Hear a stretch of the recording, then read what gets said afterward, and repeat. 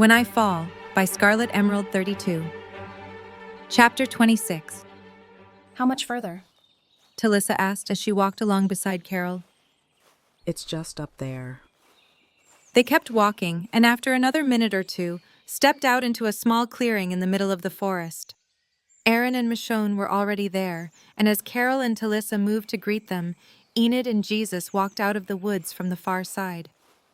Hey, wasn't expecting to see you here. Jesus gave her a quick hug. Yeah, well, you know me. Gotta represent, no matter where I'm living currently. Besides, didn't want Carol coming out here alone, and Ezekiel is indisposed at the moment.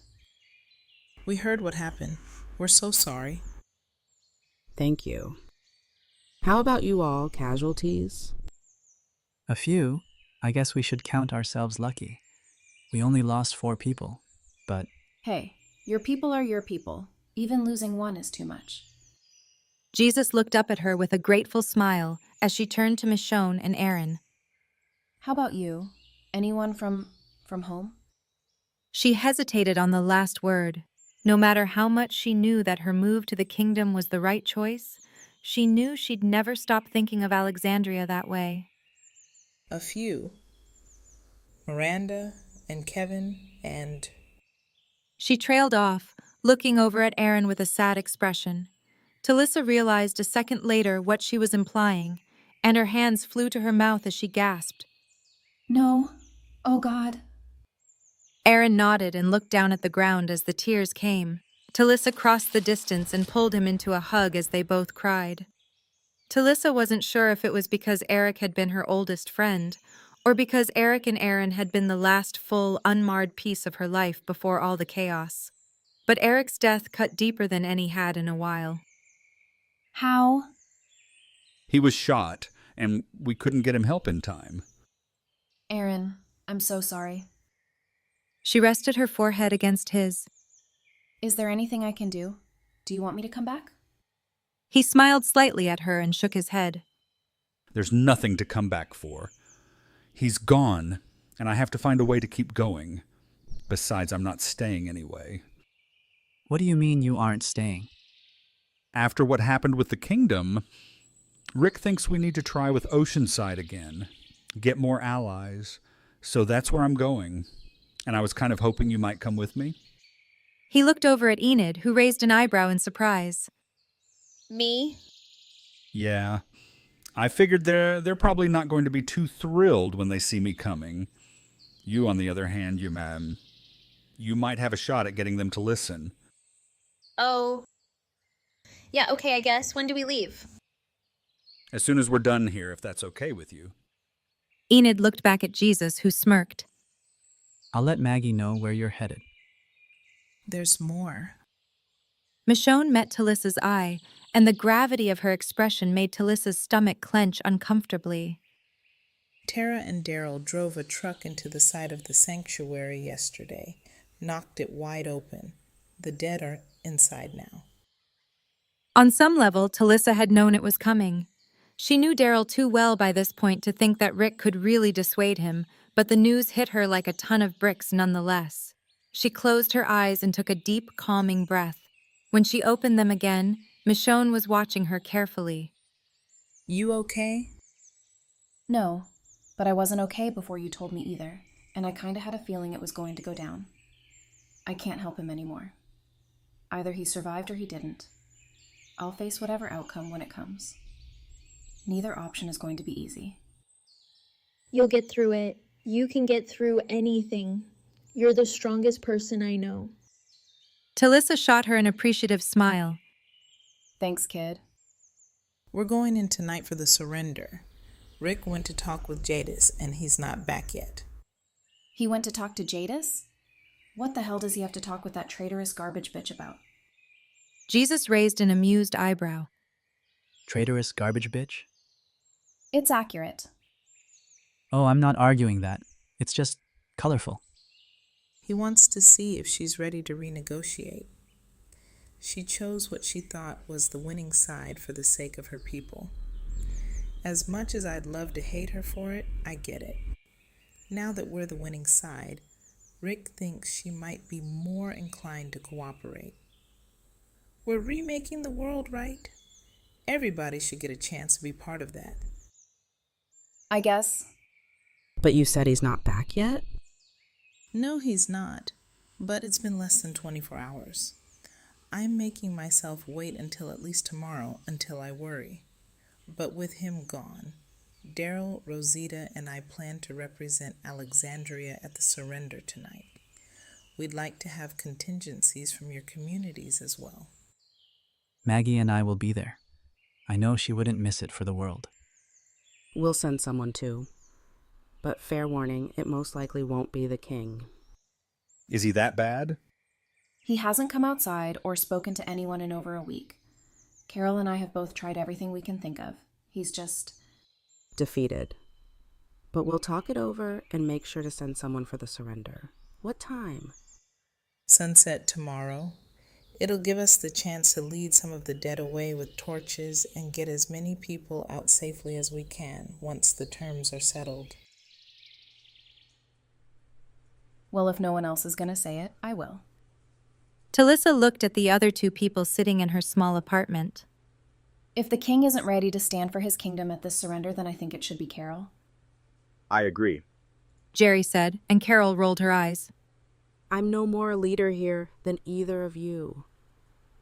I'm not going to sit here and pretend like I don't want to go because I know that's not fooling anyone, but don't make it about some leadership. Everyone looking to me bullshit. But people are looking to you, Carol. They have been, and you've been stepping up. I get that it freaks you out, but it is the way it is, so why fight it? You got the king's back, and you've been holding shit down here while he's figuring stuff out. And it's awesome. What he said.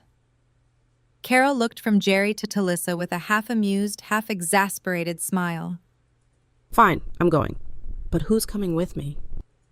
Talisa said, Jerry, at the exact same time that he said, Talisa, and Carol chuckled as she looked at them both. Well, nice to know you're on the same page. It should totally be you. You've got a lot higher stakes in this than I do. And besides, someone has to stay here to protect the king.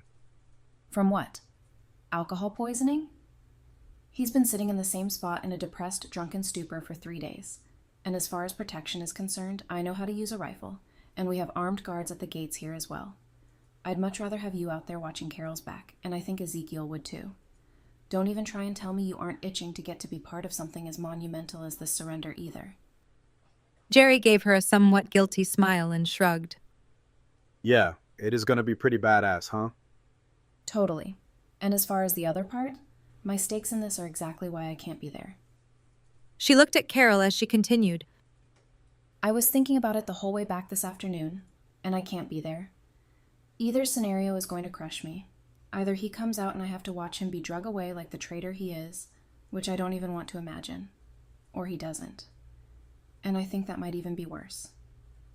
I want us to win, for it to be over. But there's no victory in it for me. Either way, I lose. Carol put a hand on her forearm and squeezed it. I understand. She turned to Jerry with a smile. Guess it's just you and me, big guy. You up for a road trip? Hells yeah. The next morning, the majority of those left in the kingdom showed up to see them off. Jerry gave Nabila a long kiss and then turned to address the crowd. When next you see us, the tyranny of the saviors will be forever at an end. We go today to strike the final blow. The crowd gave a loud cheer as he and Carol got into the car. You know, he's not half bad at that. Talisa observed as she walked up beside Nabila. With the amount of time he spent around Ezekiel, he'd better be at least decent at it. Very true. Hey, since they're probably not going to be back till late, you want to come over for dinner and drinks with me tonight? Girl, what do you think? So then JP says, Talisa, when the gauge says empty, everyone knows you have at least 5 more miles until you actually run out of gas. So long story short, he walked 6 miles both ways to a gas station in the middle of a snowstorm. Nabila threw her head back and laughed as Talisa leaned over and refilled her wine glass. Oh, I love when they're so sure they're right and they are so wrong. How long were you together? 13 years. That man stood beside me through 4 years of med school, 4 years of residency, and then 4 years of criminal psychiatry, which was a trip and a half, let me tell you. Criminal psychiatry? What's that? Means I used to work with criminals, analyze their patterns and behavior, help with rehabilitation if we thought it was a viable option. Damn. So you were spending your time on the dark side of the world even before the whole world went dark, huh? Yeah, I guess I was. I never thought about it that way. I think that's probably one of the reasons I love JP so much. No matter how dark my work got, he was always so light. He was my anchor. That's Jerry, too. I swear there is nothing in this world that man can't find the good in. He's the human embodiment of sunshine on a rainy day. Ain't never been a day since I've known him. That man hasn't found a reason to smile. Talisa grinned at that. I know. I think that's probably why I gravitated towards him so much when I first met him. Entirely platonically, of course. You best believe that. Nabila said, pointing a threatening finger and making Talisa laugh. But no. Jerry reminds me a lot of my little brother Nathan. I haven't seen him in years. Don't really even know if he's alive or dead at this point. It's nice to have someone with that energy around again. I lost my family, too. I was from Baltimore originally. Came down to D.C. on a college work program. When everything went down, I barely made it here. Never got the chance to find out what happened back home. Sucks, doesn't it? Yes, it does. Talisa held her wine glass out to Nabila. To our families, wherever they may be, I hope this world is treating them kindly. Nabila smiled and clinked her glass against Talisa's in agreement. So here's a fun question.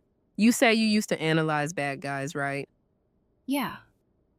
Nabila sat back in her seat and took another sip of her wine with a mischievous smile.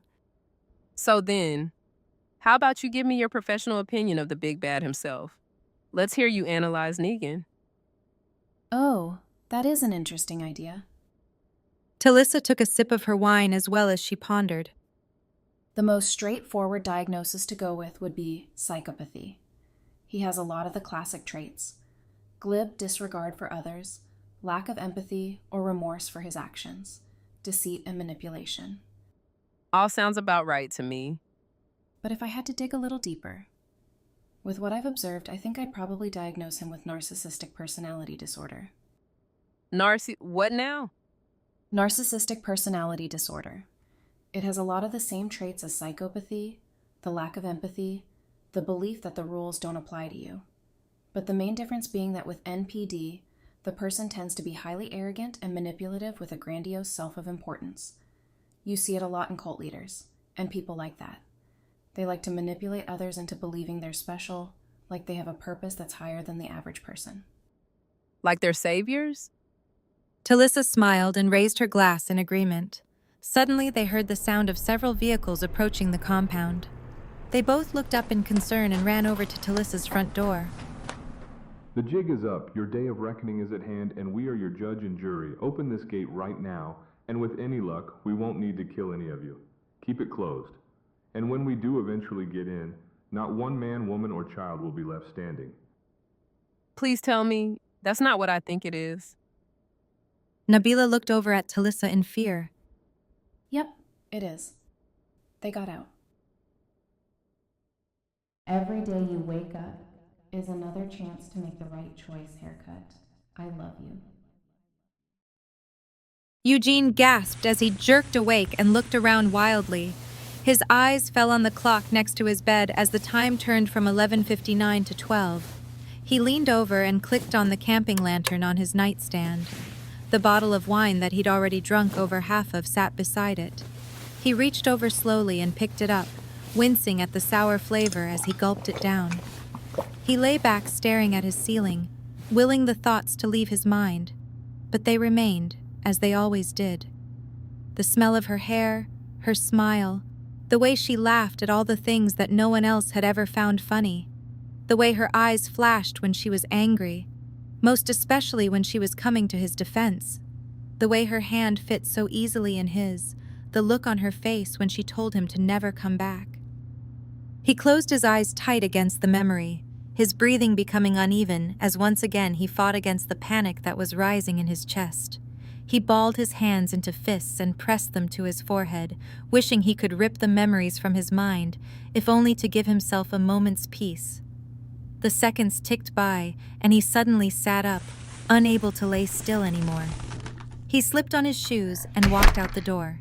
10 minutes later, he slammed open the door of the infirmary, making Dr. Carson jump from where he was nodding off at his desk, and walked directly to Gabriel, who was still in the bed. I will acquiesce and facilitate your wishes, regardless of the foolhardiness. However, on a personal note, it is my sincere opinion that venturing beyond the confines of this infirmary will be a fatal mistake. The doctor is more than capable of returning on his own. You, on the other hand, will likely succumb to illness or bodily rending en route. But I know that's the stratagem you're choosing, and it's a dirty game. Can someone tell me what the hell is going on, please? Carson walked up next to the bed. Gabriel believes he's on a mission from God to return you to Hilltop to tend to the birthing of Glenn and Maggie's child. Look, he can't go anywhere. He's too... That is a conversation the two of you need to have sotto solo. I'm just here to inform you that the guard at the north side gate is OOC. What you choose to do with that knowledge is none of my beeswax and card stacks. Wait, you killed a guard? No, his coffee was compromised. He's currently riding a porcelain throne with laxative and melted sugar-free gum-induced diarrhea. In fact, unless he was fleet of foot, he may very well be catastrophically crapping his khakis right now. Why? Because I plan on sleeping tonight. So come with us. It's not too late. Yes it is. Eugene pulled a set of keys from his pocket and tossed them on the floor next to the doctor. Oops, I seem to have dropped the keys to a vehicle located just outside the aforementioned north side gate. Eugene... He looked up slowly and held Gabriel's gaze. You're doing the right thing. As previously debated, that assessment is relative.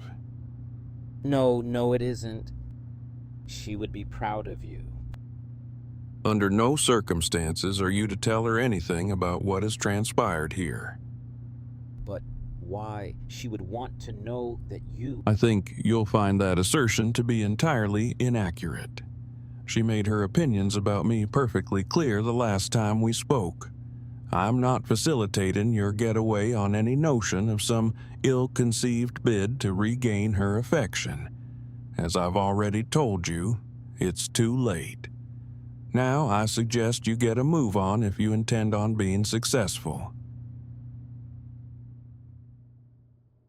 Talisa heard the creak of the gates and she saw the headlights as the trucks came rolling down the road.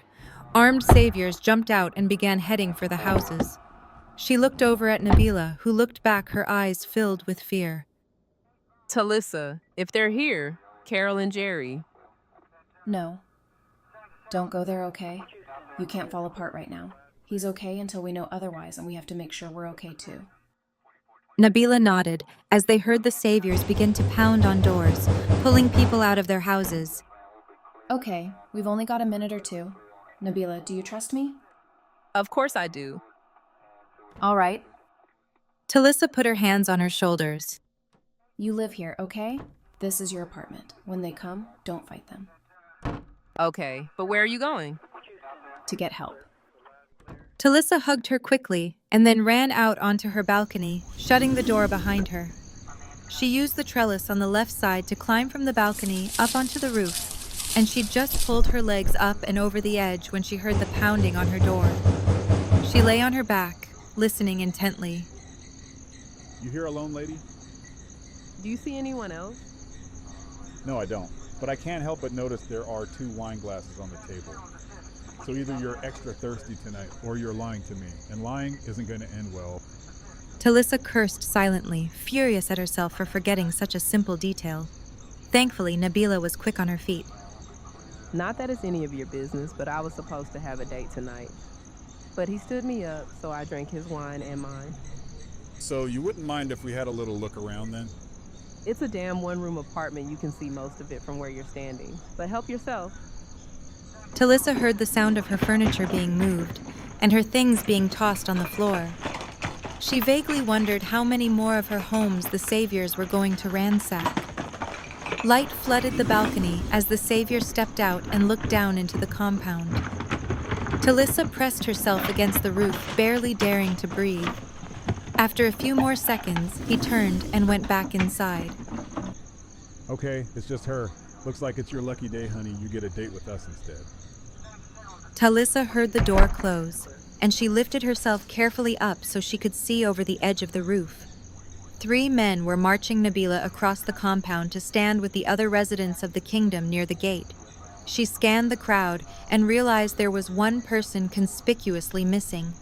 She pulled herself up and crawled quietly along the roof of the building, staying low and doing her best to stick to the shadows. At the end of the building, she looked both ways down the street and reached for the branches of the tree that hung over the roof, pulling herself into it.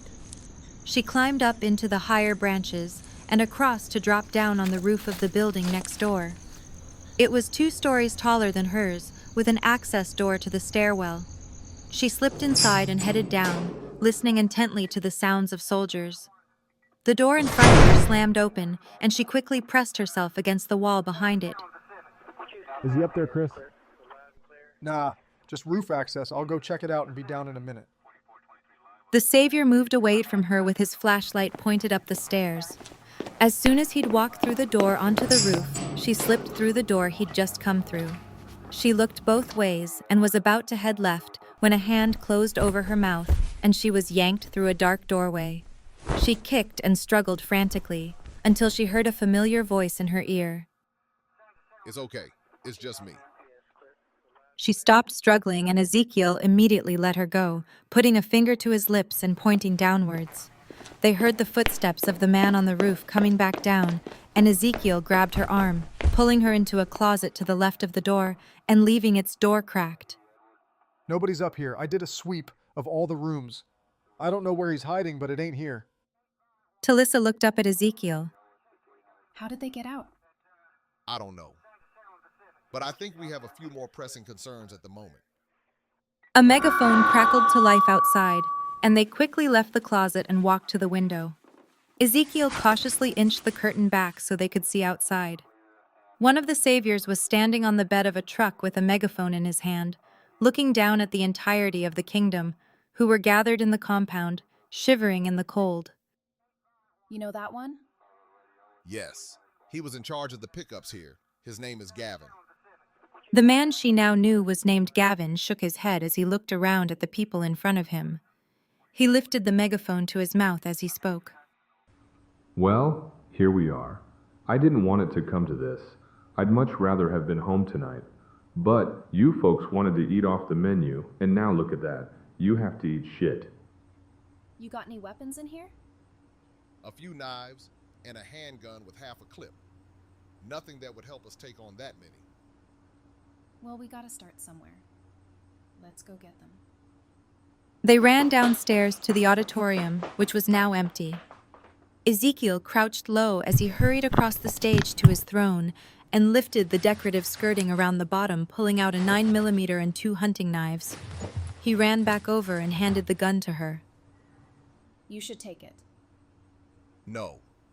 I'm going to create a distraction. If I'm successful, I need you to lead my people to safety. Please. Talisa clasped his hand tightly.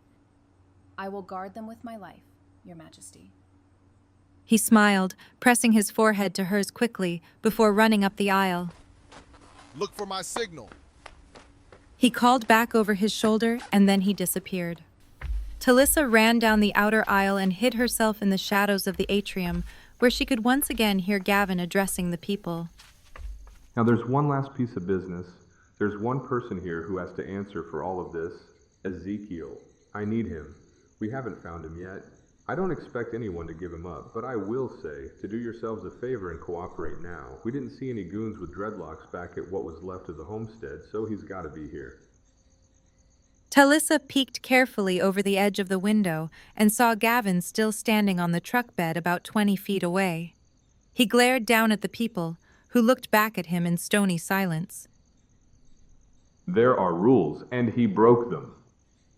And if you don't give him up right now, this moves into something traumatic. I don't want that. Don't make this any worse than it already is. Silence. There's goddamn kids here. They don't need to see this shit. When he still received no reaction, he sighed heavily and put his hands on his hips. All right then. You've got 5 minutes. Then we do this Negan's way. Talisa scooted along the base of the windows to the doors and cracked them open slowly, making sure to slip out through the smallest crack possible. She kept to the shadows along the side of the building and got to the point where she was standing feet from the truck. She was so close to the nearest savior, she could have reached out and touched him if she'd wanted.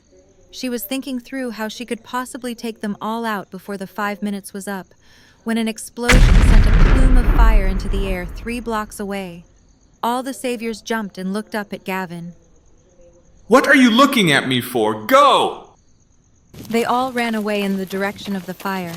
Gavin stayed on the truck bed with his weapon still trained on the crowd. Seems like your king cares more about saving you than his own neck. Must be your lucky day. But not yours. Talisa had jumped into the truck bed and now had the handgun pressed against Gavin's temple. Drop the damn gun. He obeyed, letting the rifle clatter to the truck bed and raising his hands. Okay, let's just talk about this. Let's not. Talisa kicked the gun so it skidded off the end of the truck onto the ground. Nabila, grab that and get everybody out. Nabila ran forward, picking up the gun and looking back at the others. Let's go. The group began running for the gate. They'd only gotten a few hundred yards when shots rang out from the other end of the street. The saviors were coming back, and they were firing on the civilians as they tried to escape. Stop! Talisa pulled Gavin back against her and spun them both to face the saviors. Stop right now or I'll shoot him. The saviors pulled up short, looking from her to the retreating people and back. I'll do it, I swear. All right, calm down, sweetie. We don't much care about them anyway. It's Ezekiel we want. And seeing as you appeared out of the blue, at the exact same moment that very effective distraction occurred, I'm thinking you might be able to help us with finding him. 2 more saviors took a step towards her, and she turned slightly, keeping Gavin between her and them. Stay back or he's dead. Then what? I don't much feel like dying today, but if I do, then it's just you and all 7 of them. I don't like your odds, honey. So maybe we should just talk this out. What's your name? Talisa was hesitant to answer, but she saw the truth in his assessment and realized keeping them talking until Ezekiel figured out his next move was probably in her best interest. Talisa. Talisa? Why the hell does that name sound so familiar? She's from Alexandria. I recognize her from when we took Eugene. She was the one crying about it. Recognize the tattoos. That was you, wasn't it? No kidding? You're buddies with Eugene? Well, damn, honey, we all love Eugene. He's Negan's #1 guy. Hell, we wouldn't even be standing here right now if it weren't for good old Eugene. Shut up. Talisa shoved the gun hard against the back of Gavin's head, making him wince. Right. Sorry. I'm sure it's a sore subject. But it doesn't change our current situation. The way I see it, you've got 2 choices here, honey. 1, you kill me. And then my buddies here take their feelings about that out on you for a while. And then they make you tell them where Ezekiel is. Or you just tell us now. And we let you walk away with your friends. There was a loud horn blaring, and a flood of light as a school bus came speeding full speed towards them, spinning at the last moment and crashing into the side of the truck. Talisa went flying off, landing hard on her right side, but as she looked up, she saw the bus was now wedged between her and the saviors. Ezekiel hopped out and smiled. I'd like to present a third option. She grinned at him as he reached a hand down and helped her up. She tried to put weight on her ankle and yelped in pain. He threw her arm over his shoulder and they hobbled quickly towards the gates. The savior's bullets started flying past them within seconds, and they ducked. Talisa aimed 2 shots backwards at them as they kept moving. Stop! That's Ezekiel. We need him alive. They reached the gates, and just as they were about to open them, they swung open from the other side, and they were face to face with Carol. Ezekiel pushed Talisa through the crack into her arms. My people? On their way to my old place. They're safe. He nodded with a smile. Go. Ezekiel, wait. Save him, Carol, like you saved me. He pushed the gates shut as he turned back towards the oncoming saviors. No! Carol tried to grab the gate, but Talisa pulled her back. Carol, listen. They wanted him alive. We can get him back. But we have to regroup first, okay? We're not giving up, I swear. But we have to do it the right way. He's giving us a chance. We can't waste it. Carol looked back up at the gates, the fear and uncertainty written all over her face. But then she nodded and slipped Talisa's arm around her shoulders as she helped her down the road. When I Fall is a work of fiction based on AMC's The Walking Dead. Any characters not created by the author are the property of said company. The story will continue in the next chapter.